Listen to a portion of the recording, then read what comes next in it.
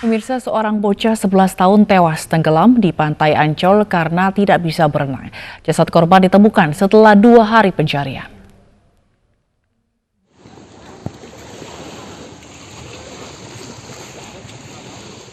Tim Basarnas menurunkan 2 orang penyelam profesional untuk mencari korban tenggelam di pesisir Laut Bahtera Jaya, Ancol, Pademangan, Jakarta Utara. Jasad korban ditemukan oleh penyelam di kedalaman 4 meter.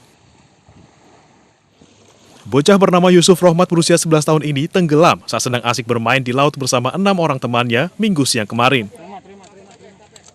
Tapi di sorti kedua kita melakukan pencarian ulang dengan metode penyelaman.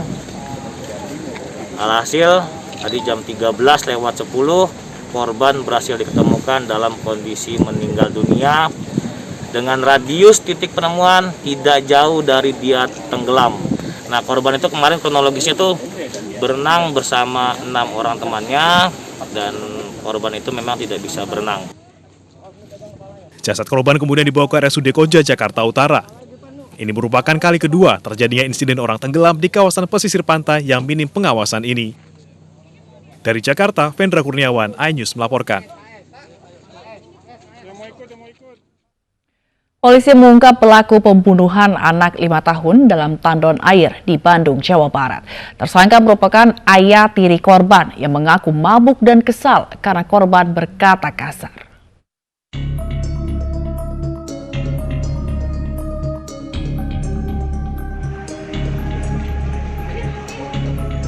Pembunuhan anak di dalam tandon air di Bandung, Jawa Barat terungkap. Ternyata pelaku pembunuhan adalah ayah tiri korban. Tersangka mengaku dalam kondisi mabuk saat membunuh korban. Selain itu, tersangka juga tersinggung atas kata-kata kasar korban. Tersangka kemudian menenggelamkan anak tirinya yang berusia 5 tahun ke dalam tandon. Artinya ada kemungkinan unsur kesengajaan. Setelah didalami beberapa saksi, kemudian dicocokkan dengan bukti-bukti di lapangan, dan ada juga pengakuan daripada pelaku, ternyata anak kecil ini korban pembunuhan daripada ayah tirinya sendiri. Peristiwa terjadi saat korban ditemukan tak bernyawa di dalam tandon air berkapasitas 1.000 liter pada Jumat lalu. Sebelumnya, korban sempat hilang pada Kamis malam. Setelah pelaku tertangkap, terungkap bahwa korban kerap diajak mengamen ayah tiri dan ibu kandungnya. Namun pihak keluarga membantah dugaan eksploitasi tersebut. Dari Bandung, Jawa Barat, Saufat Endrawan, iNews melaporkan. Kesal karena istri jarang pulang, seorang pria tega membunuh anak tirinya. Jasad bocah berusia 2 tahun tersebut ditemukan di aliran Sungai Cakung, Jakarta Timur.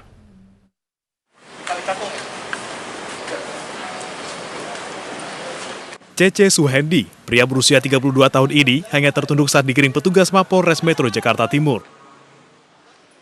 Ia ditangkap lantaran membunuh anak tirinya yang masih berusia 2 tahun. Pelaku yang berprofesi sebagai juru parkir ini tega membunuh korban karena kesal dengan istrinya yang jarang pulang ke rumah.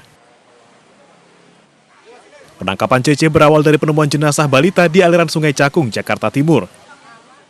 Cece kemudian ditangkap di wilayah Bogor, Jawa Barat.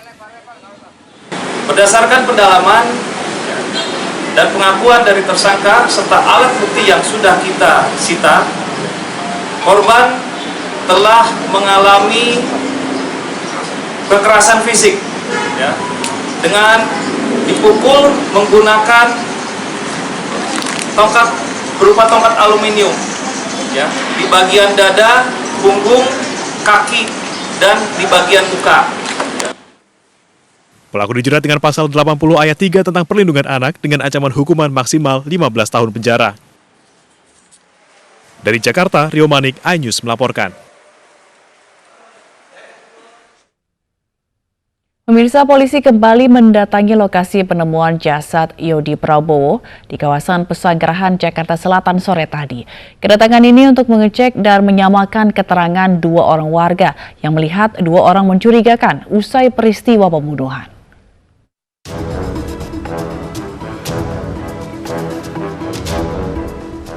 Polda Metro Jaya, Senin sore memimpin langsung olah TKP kasus pembunuhan Yodi Prabowo, editor Metro TV. Polisi menyisir lokasi pembunuhan untuk mencari bukti tambahan. Olah TKP juga dilakukan untuk mencocokkan keterangan 2 orang saksi yang mengaku melihat 2 orang mencurigakan usai peristiwa pembunuhan. Orangnya kurus. Berapa orang, Pak? Pertama jam 2 itu satu Jam 2 1 orang.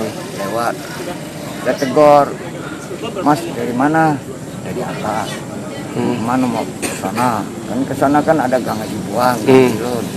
Atas itu pinggir tol tadi, Pak? Hah? Atas itu pinggir tol? Nggak tahu.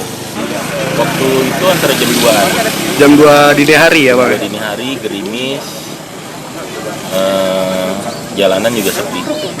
Abang sempat ngelihat nggak mungkin di pakaian yang orang yang lewat ada bercak darah atau apa? Enggak ada lihat bercak darahnya.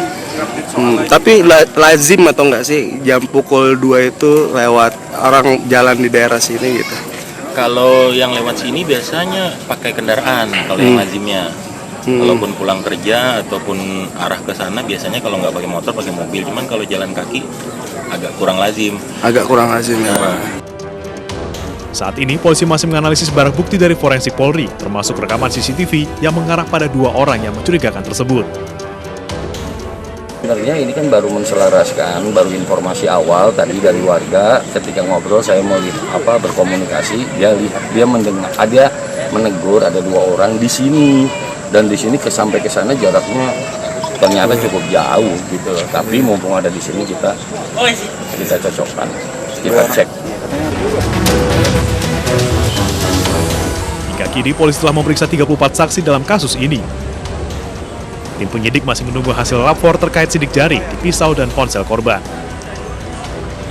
Dari Jakarta, dari Helmi Sajengbati, iNews melaporkan. Pembongkaran makam dan pencurian jenazah pria di Kabupaten Bekasi, Jawa Barat terus diselidiki polisi. Hingga hari ini sudah 5 orang diperiksa sebagai saksi.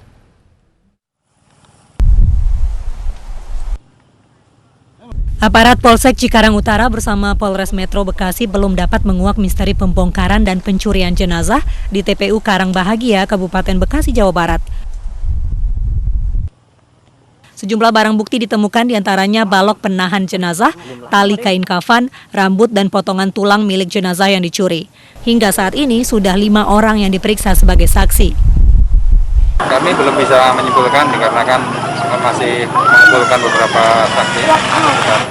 Untuk sementara kita sudah memeriksa daripada orang tua jenazah almarhum. Kemudian dari tim penggali kubur berikut menjaga makam beserta dari perangkat desa. Sementara pihak keluarga yang jenazahnya dicuri meminta agar jenazah dimakamkan di tempat semula jika berhasil ditemukan. Keluarga juga berharap polisi bisa menemukan pelaku pencurian jenazah. Ya harapannya sih saya pengen adik saya ketemu aja gitu kan. Jenazahnya gitu ya? Iya, jenazahnya biar ketemu aja, maksudnya ketemu. Terus biar pelakunya tuh biar ketangkep, benar-benar ketangkep. Dan dia maunya apa sih gitu, maunya apa sampai ngambil jenazah adik saya. Sebelum satu jenazah di TPU Karangbahagia diketahui telah dicuri, warga mengaku kejadian serupa nyaris terjadi di TPU yang letaknya berdekatan. Namun terduga pelaku hanya menggali makam dan tidak mengambil jenazah di dalamnya. Dari Kabupaten Bekasi, Jawa Barat, Didit Junaidi, iNews melaporkan.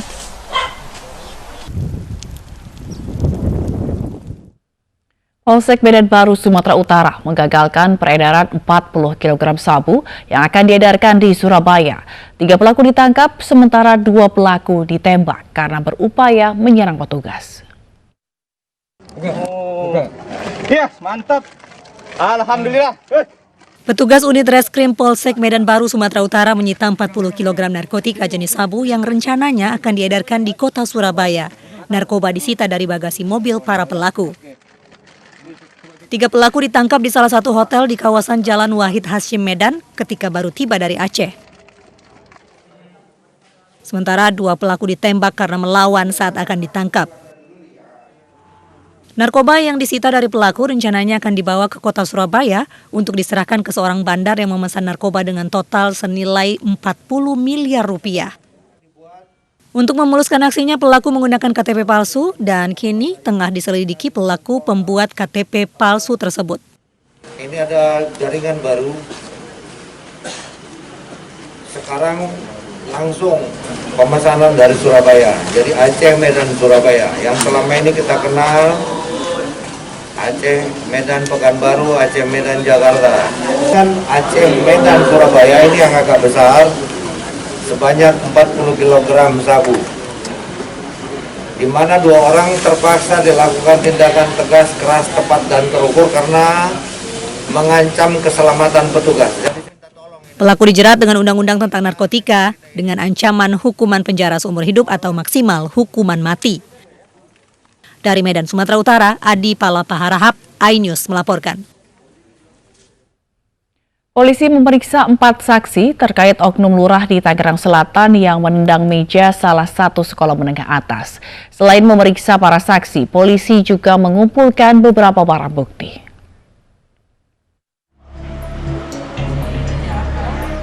Empat orang diperiksa polisi terkait tindakan lurah Benda Baru karena menendang meja di SMA Negeri 3 Tangerang Selatan, Banten pada Jumat lalu.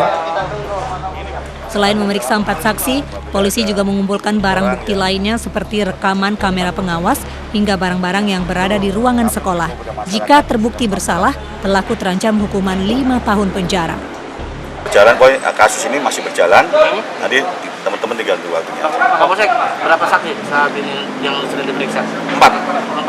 Itu dari ada saksi lagi ya? Itu dari pihak sekolah. Sudah dipanggil belum ke Polsek? Nah, kita manggil yang paling terakhir tentunya kan.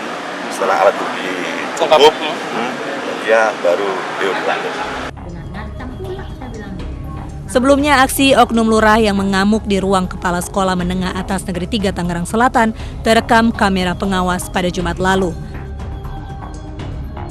Lurah bernama Saidun yang berdinas di Kelurahan Benda Baru diduga naik pitam karena anak titipannya tidak diterima di SMA Negeri 3 Tangerang Selatan saat penerimaan peserta didik baru.